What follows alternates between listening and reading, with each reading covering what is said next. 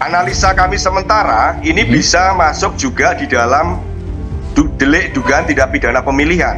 Tapi juga tidak menutup kemungkinan masuk juga di ranah tidak pidana umum ataupun tidak pidana khusus. Baik. Nah, lalu untuk masyarakat sejauh ini memang merasa, ya setidak-tidaknya yang mengadu ke kami itu merasa tidak memberikan dukungan, tetapi dia dicatat namanya, mereka dicatat namanya. Nah, tentu data-data ini sedang kami inventarisasi dan identifikasi. Nah, kami juga akan melakukan pleno pada hari ini ya di pimpinan untuk mensikapi hal ini yang nanti kami sampaikan kepada KPU. Nah, tentu itu secara institusi kami juga punya tanggung jawab ya, bahwa kalau proses pilkada ini tidak berjalan dengan baik, Bawaslu sebagai leading sektor dalam penegakan hukum pemilihan ini, baik itu hukum tidak pidana pemilihannya, hukum administrasi pemilihannya, ataupun yang hukum pelanggaran hukum lainnya, maka kami juga tidak bisa menutup mata dan telinga, apalagi kami juga punya kepentingan yang sama saya kira, baik yang sudah digalang oleh masyarakat sipil seperti Mbak Titi dan juga para kandidat ya, timnya Pak Kun dan Pak Dharma, kami juga sama posisinya bagaimana menjaga proses pemilu kada di DKI Jakarta ini bisa berjalan dengan demokratis, dengan luber dan jurdil. Komisi Pemilihan Umum DKI Jakarta menyatakan akan tetap mengeluarkan surat keputusan penetapan pasangan calon perseorangan pada Pilkada Jakarta 2024, Dharma Pongrekun dan Kunwardana. Sebelumnya, pencalonan cagup-cagup independen itu tersandung viralnya pencatutan NIK sejumlah warga DKI untuk Dharmakun yang nantinya digunakan sebagai syarat pencalonan perseorangan. KPU Jakarta memastikan akan tetap melanjutkan tahapan selanjutnya, yaitu penetapan surat keputusan pada 19 Agustus mendatang. Namun, KPU Jakarta masih menunggu rekomendasi dari Bawaslu. KPU mengatakan bahwa pasangan perseorangan Dharmakun akan tetap melanjutkan pada tahapan berikutnya sesuai jadwal yang telah ditetapkan, karena itu merupakan agenda secara nasional. Kami tetap akan membuka posko pengaduan. Kami juga akan bersama rakyat DKI Jakarta untuk terus mengawasi ya tahapan pemilu kada ini, dan kami sebenarnya mengapresiasi yang tinggi juga kepada masyarakat yang sudah berani memberikan aduan, dan kami juga secara kelembagaan, karena ini ada dugaan tidak pidana pemilihan juga, tim Sentra Gakumdu per hari kemarin, hari Minggu ya, itu juga sudah standby di kantor. Kami senantiasa mengundang dan mengajak seluruh masyarakat DKI Jakarta untuk berani melaporkan. Untuk apa? Kita untuk menjaga segala proses pemilu kada ini berjalan sesuai dengan aturan main yang berlaku. Dan pendekatan kami tentu tidak hanya sekedar kuantitatif gitu ya, kuantitatif dalam arti soal syarat dukungan dan seterusnya. Meskipun secara kewenangan itu pihak KPU lah yang punya kewenangan ya dalam hal ini ya. Kalau saya membuat misalkan contoh ekstrim, katakanlah kami tidak merekomendasikan pun atau istilahnya untuk menunda ya, atau jangan dulu ditetapkan. Tapi kalau KPU-nya sudah punya ketetapan, kami juga tidak bisa berbuat apa-apa. Terkait adanya pencatutan nomor induk kependudukan warga Jakarta yang digunakan oleh pasangan perseorangan tersebut untuk mendaftar, hal itu belum bisa mempengaruhi tahapan selanjutnya, karena pada saat rapat pleno verifikasi faktual tidak ada keberatan terkait sahnya dukungan pasangan tersebut, dan itu juga telah dibacakan berita acaranya. Ketika nantinya Bawaslu dapat membuktikan bahwa yang bersangkutan menyalahi aturan tertentu, maka akan ada mekanisme lainnya dan akan ditindaklanjuti segera mungkin. Sementara Bawaslu DKI Jakarta meminta kepada warga segera melapor ke lembaga tersebut bila nomor induk kependudukan miliknya dicatut untuk mendukung pasangan calon perseorangan pada Pilkada DKI Jakarta 2024, Dharma Pongrekun dan Kunwardana. Beni mengungkapkan sudah ada sejumlah warga yang melapor terkait pencatutan NIK yang mendukung pasangan calon gubernur dan wakil gubernur dari jalur perseorangan atau independen, Dharma Pongrekun dan Kunwardana. Kami bersama rakyat ya terus mengawasi ini ya. Kalau misalkan ada proses yang tidak beres, kami siap menindaklanjuti ya, dan kami pastikan kami akan menegakkan aturan ini secara tegas. Artinya apa? Siapapun yang terlibat akan sama di mata hukum.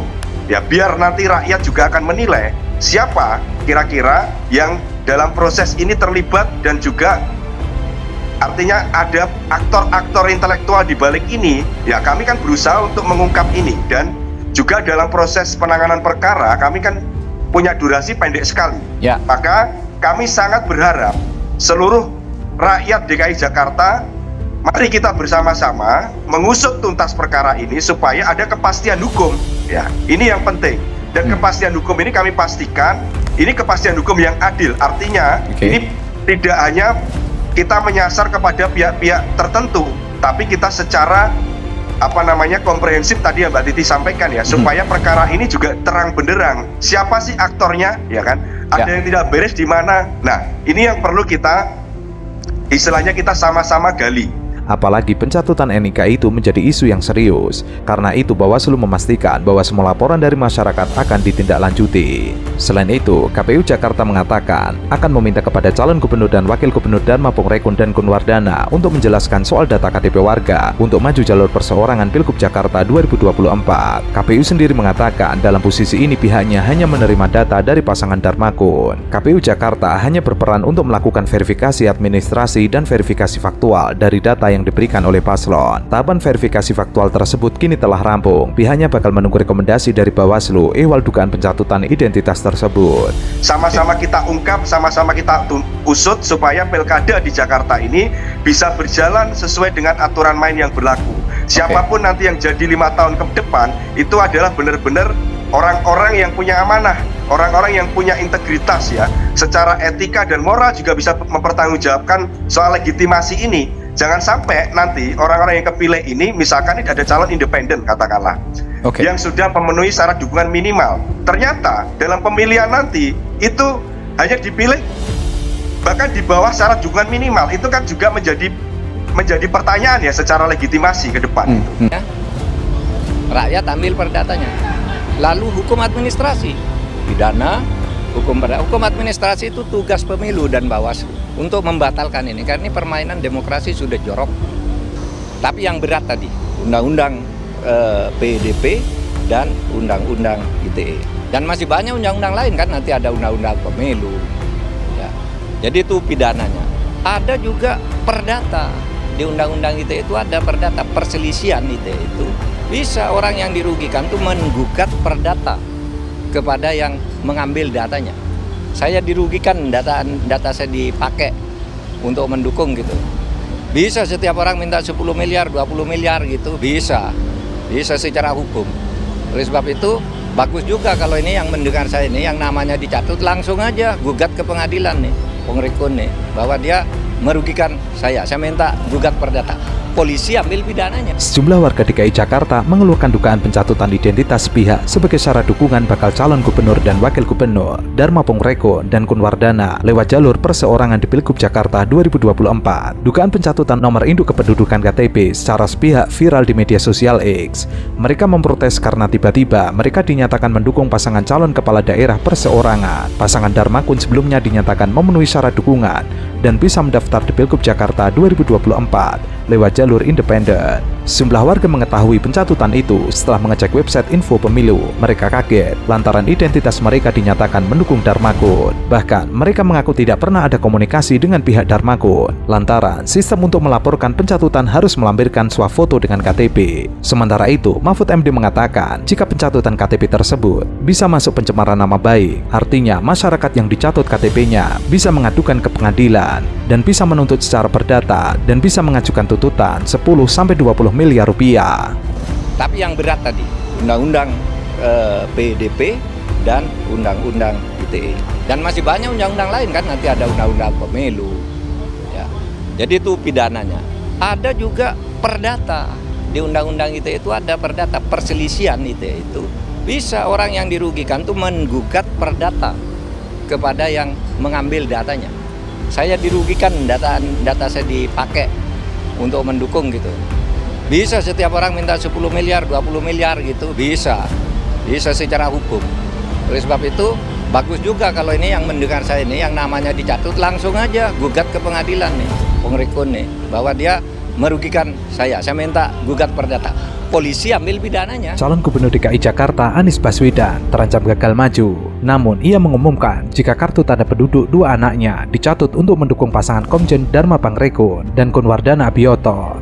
KPU Provinsi Jakarta mengumumkan jika pasangan independen tersebut telah lolos verifikasi faktual tahap kedua sehingga dipastikan ikut kontestasi pada pemilihan Gubernur Jakarta 2024. Hanya saja, sebagian pihak meragukan keabsahan verifikasi KTP dukungan untuk pasangan Darmako. Malahan sebagian warganet mengunggah tanggapan layar jika KTP mereka dicatut untuk mendukung pasangan Darmako. Anies Baswedan pun tidak ketinggalan mempermasalahkan dukungan KTP tersebut. Dua anaknya, Mikhail Azizi Baswedan dan Kaisar Hakam Baswedan, juga KTP-nya dicatut untuk mendukung pasangan Darmako. Pun saudara dan rekannya juga ada yang masuk dalam daftar dukungan untuk Darmako. Anies dalam postingan X-nya mengunggah, "Alhamdulillah KTP saya aman." Tapi KTP dua anak, adik, juga sebagian tim yang bekerja bersama ikut dicatut masuk daftar pendukung calon independen. KPU Provinsi Jakarta telah meloloskan pasangan Darmakun setelah berhasil mengumpulkan KTP sebanyak 677.468 dukungan KTP untuk menjadi pasangan cagup dan cawagup melalui jalur independen pada Pilgub DKI Jakarta. Jumlah itu melebihi syarat minimal dukungan yaitu 618.968 KTP. Yang pertama-tama saya dan Pak Pul serta semua tim hanya bisa mengatakan syukur terhadap Tuhan Yang Maha Esa atas berkat dan rahmat-Nya. Kami boleh berdiri di sini sampai detik ini, itu hanya karena kemurahan Tuhan. Dan hasil yang tadi sudah dibacakan bahwa kami lolos karena sudah melebihi batas minimal, itu semua karena kemurahan Tuhan dan kekompakan tim selama ini.